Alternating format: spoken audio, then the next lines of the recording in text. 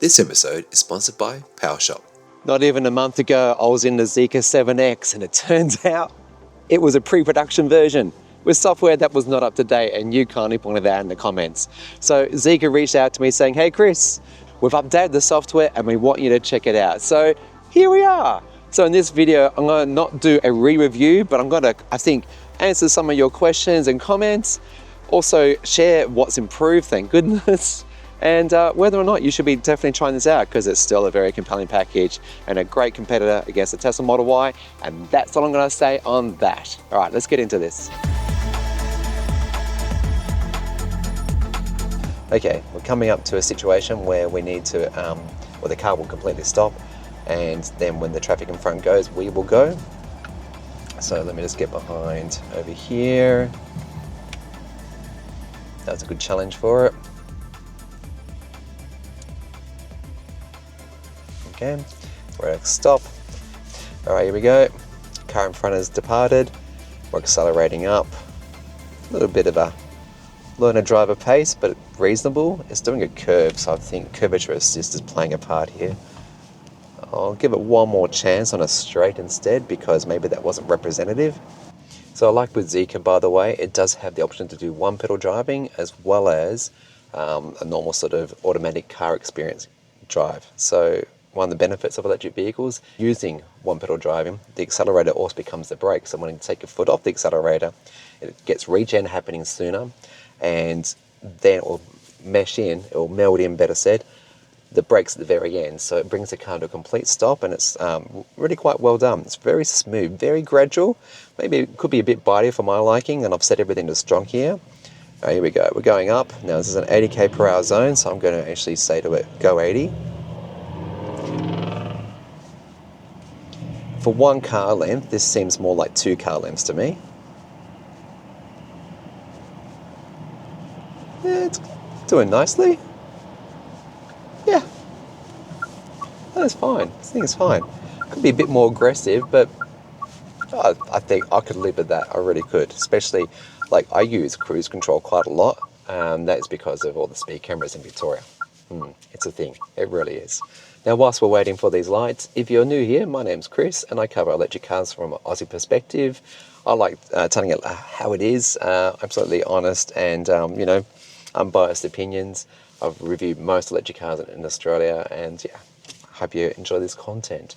I'm on Powershop's new EV Night electricity plan, and honestly, it's one of the most economical ways to charge an EV at home. On this plan, you get 6 hours of super off-peak electricity between 12 AM and 6 AM every single night. That means during the 6-hour window, you could charge a Tesla Model Y rear-wheel drive from 10 to 80% using a standard 7.4 kilowatt home charger for just $2.10. Yes, just $2 for a solid EV charge. But that's not all. I also have a referral link in the description, and if you sign up to a Powershop EV electricity plan using that link, you could also receive a $75 credit towards your electricity bill. Terms and conditions apply. Check out my referral link in the description below for full details and switch today. Now, so that we're all on the same page, just, you know, because if you watch this in the future, you might be seeing a different version. We've got Zeekr 2.0.1a, and there wasn't an update that occurred, and I couldn't tell exactly what occurred. There was no details in the release notes, but Zeekr have assured me that it's got the most up-to-date version, which I guess you'll be able to tell me if that's right or wrong. So first thing I've got to point out, thankfully, is that now I've got the speed advisory, like the speed limit signs, in my head-up display, and also we can see it on the binnacle. So if you've got the standard range variant, that doesn't actually have the head-up display, and so you can see it down there. And whilst this binnacle is pretty good, I've got a great sitting position.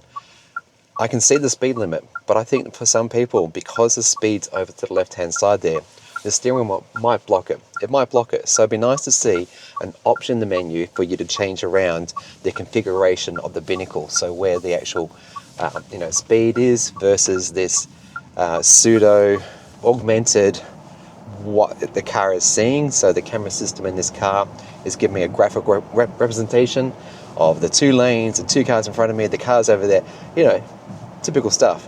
Be nice if I could have the speed front and center and that stuff to the side, because to be honest, I really don't care about that. I really don't. Anyway, the criticism that I had also previously was that the indicator was a bit sensitive.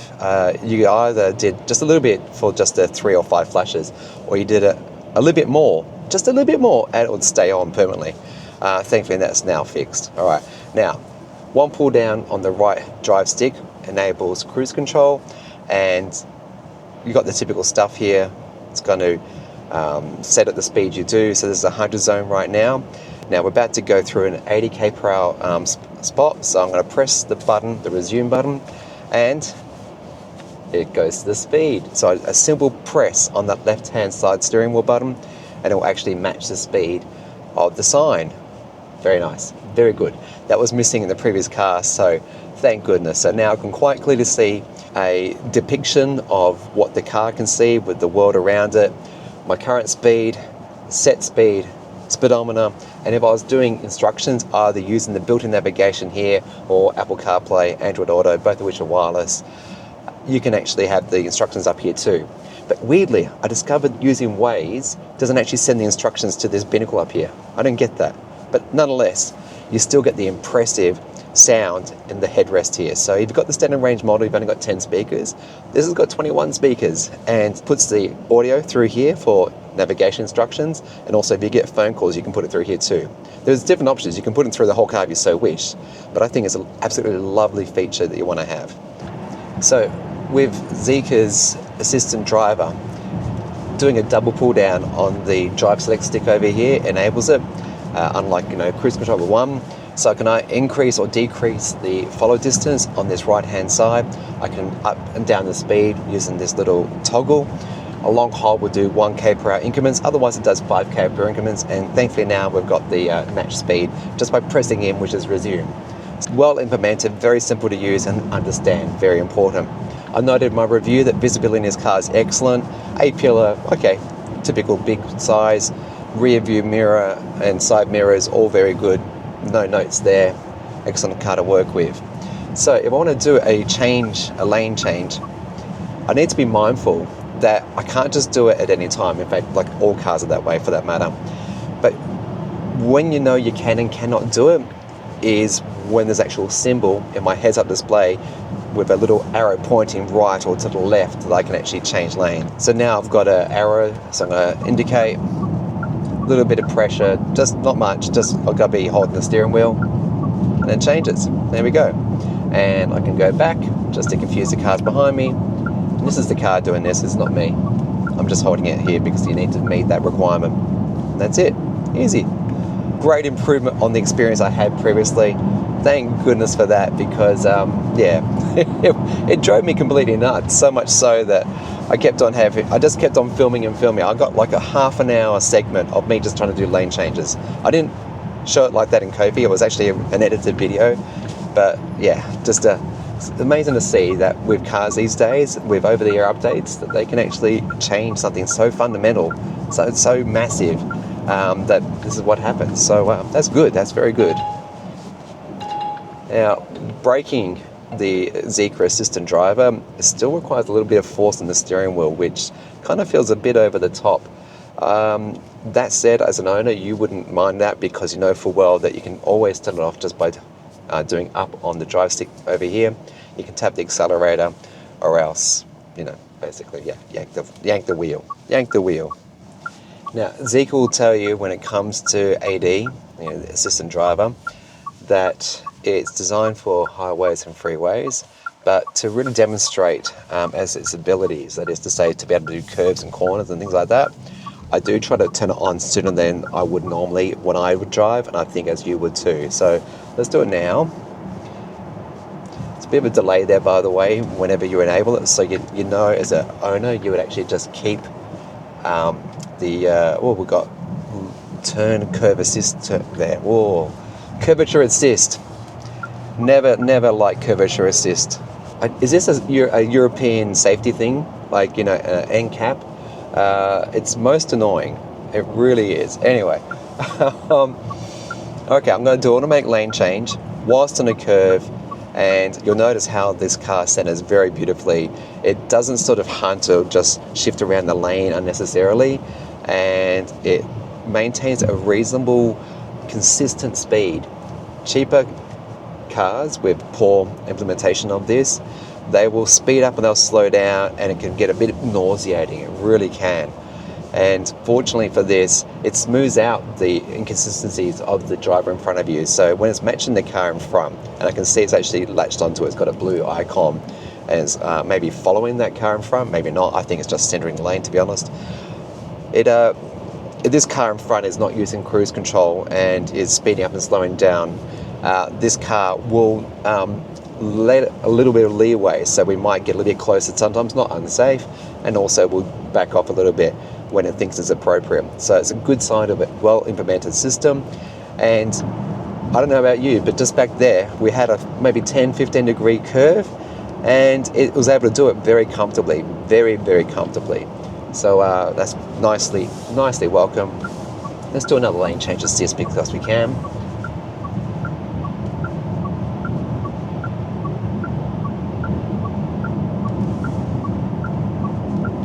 I've got the indicator on. I have met all the conditions. The arrow's on too, but it doesn't want to do it. Solid line to the right. Lane change condition not met. What's that about? This is an absolutely correct condition to be in. Let's try it again. Lane change in progress.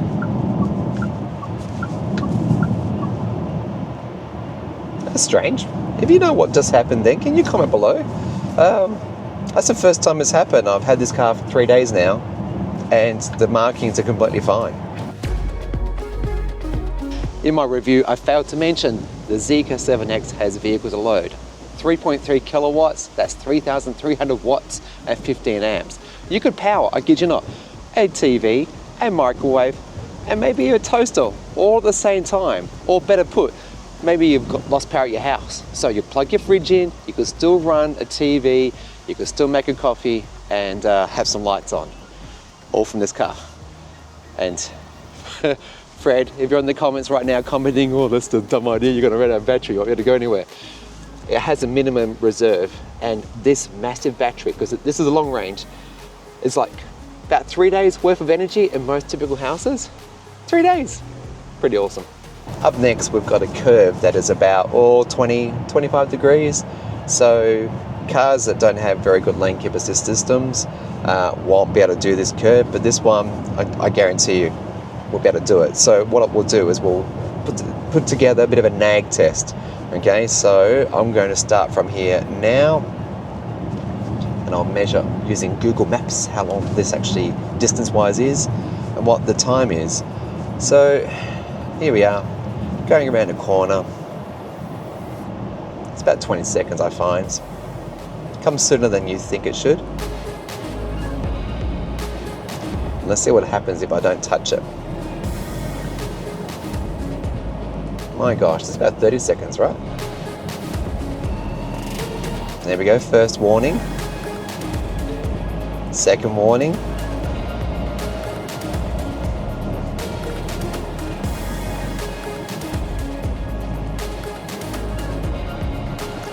Interesting, it actually hasn't nagged me again. I think it's watching my eyes. There it goes.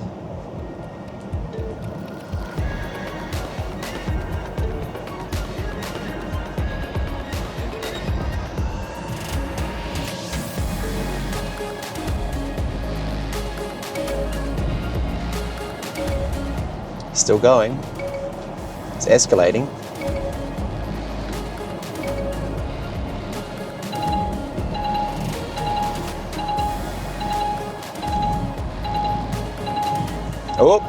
Okay, there it goes.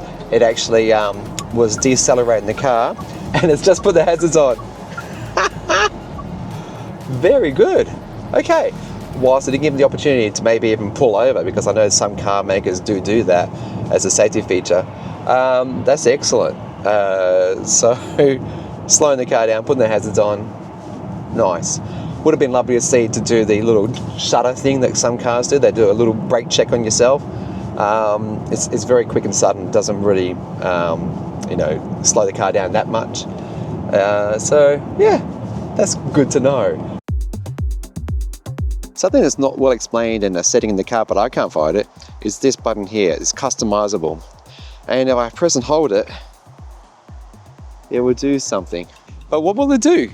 If you know, can you comment below? Because that'd be really handy. Is it like remote start? Get the aircon on, summon? I don't know. That'd be good to know. The last thing I want to demonstrate is its ability to self-park. It's got the very clever system, like AI sort of version, that you don't need cars side by side or in front or back of each other. I just have a shortcut program to this button here. It's now going to start looking for spots, and we'll park in one of these. Now,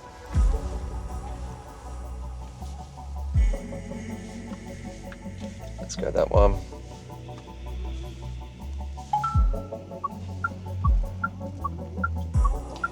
Just going to freak that car out a bit. Alright, there we go.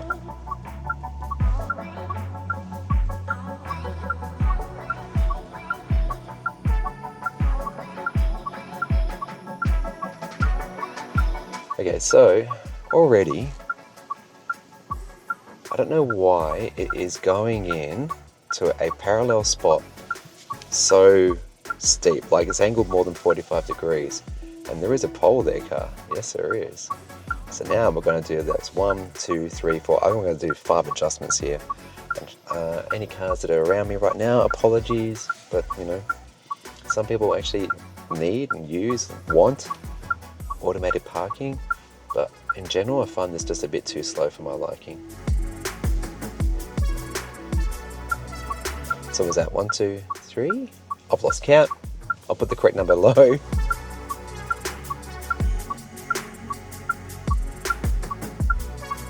Why are you turning that way?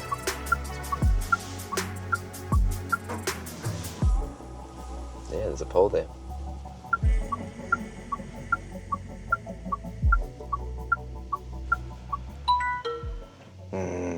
Not straight, too slow. Weird approach.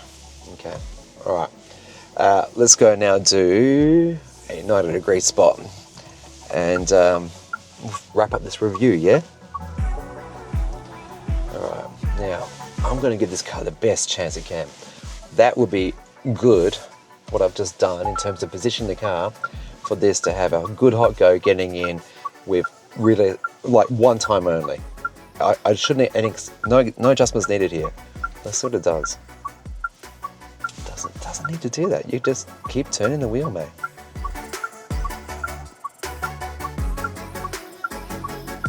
And one of the things about this car, by the way, is, okay, it's an SUV. You've got the high ride height. I prefer a low sitting position, and it means I'm kind of feeling like the edges of the car are a bit hard for me to understand. So you really do rely upon the cameras in this car. And they are beautiful. They are like really high quality. We've got ultrasonic sensors here too. And look, hey, there we go. All right, so 2 times. And a little bit quicker than I've been used to. Like I gave it a good half a dozen tries before, and each example was over a minute. So yeah, it is quite an impressive car. Really good bang for your buck. So if you've enjoyed this video, subscribe. Really does help out. Comment below if you've got a question, if I've omitted something and said something wrong. Really do appreciate any feedback you could give me. That would be appreciated. Yeah, said that twice, but you know what I mean. If you're interested in the full review, check out this on the screen somewhere. I don't know where that is right now. Otherwise, the performance version's also somewhere around. I'll put a link down below. And yeah, thanks to Zeekr for giving me this opportunity again. Up soon is going to be, I think it's the IM6 and then the new super electric car. And I'll be jumping in the X very soon as well. Oh, there's so much coming. Anyway, subscribe. Thanks for watching. I'll see you soon.